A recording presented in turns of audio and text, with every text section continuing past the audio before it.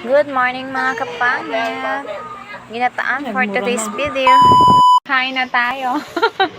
Ayan ang ulam namin. Puro gulay. Ayan. Nakain tayo. Tira namin kagabi yung alimasag.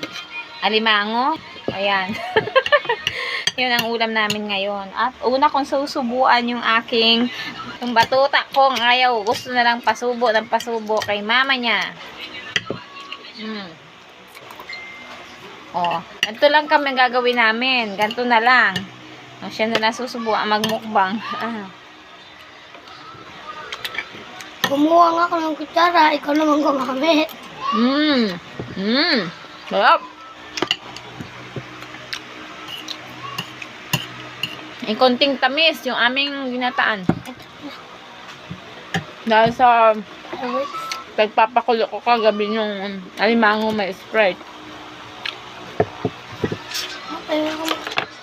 Yung salamin na yan, tumatanda ako lalo eh.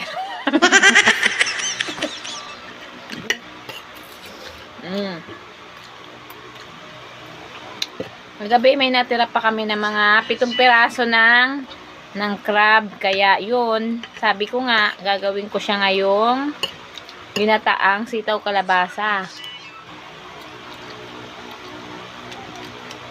Mapila ko na yun. Mama ko, Ano ka?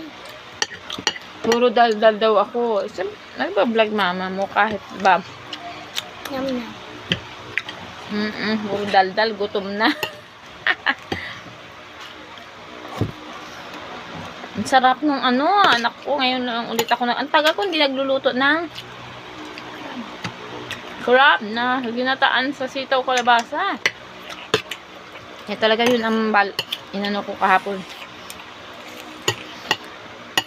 Thank you for watching. Bye-bye.